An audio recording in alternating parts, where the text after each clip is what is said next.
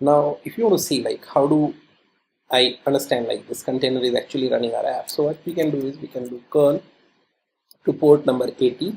So I can say curl http localhost port 80.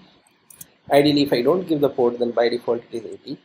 If we hit enter, you see that on localhost at port number 80 we are running this application and we are getting the HTML page out of it.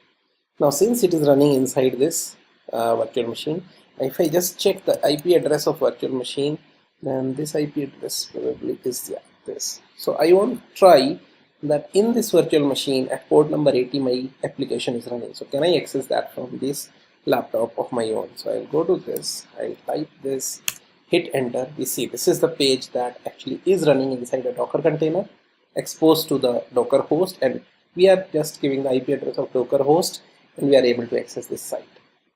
If I go here and say docker stop the site that I was running, I have to give the container name. I can copy this container name and say stop it. So what will happen if I go and refresh now, you will see the site is gone. That means that Docker container has stopped running. If I see docker yes enter, it is not showing because I said if you do not give any command line option, it will show only running Docker containers. Now if I give -a, it tells us that there was a Docker running which exited 19 seconds ago, so there is no port mapping and was created 2 minutes ago.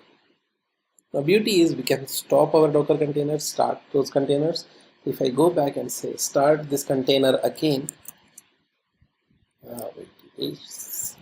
start, so what it will do, it will bring that back up.